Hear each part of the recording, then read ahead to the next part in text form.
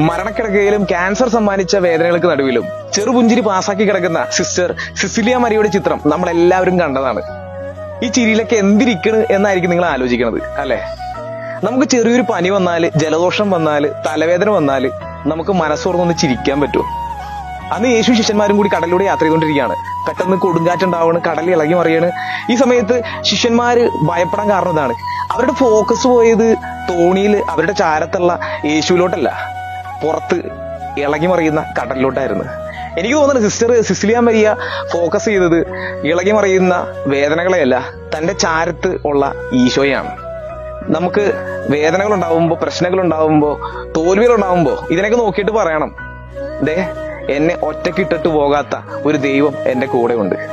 സങ്കീർത്തനങ്ങളുടെ പുസ്തകത്തിൽ നമ്മൾ വായിക്കുന്നില്ലേ, മരണത്തിന്റെ നിഴൽ വീണ താഴ്വരയിലൂടെയാണ് ഞാൻ നടക്കുന്നതെങ്കിലും കർത്താവ് കൂടെ ഉള്ളതിനാൽ ഞാൻ ഭയപ്പെടുകയില്ല.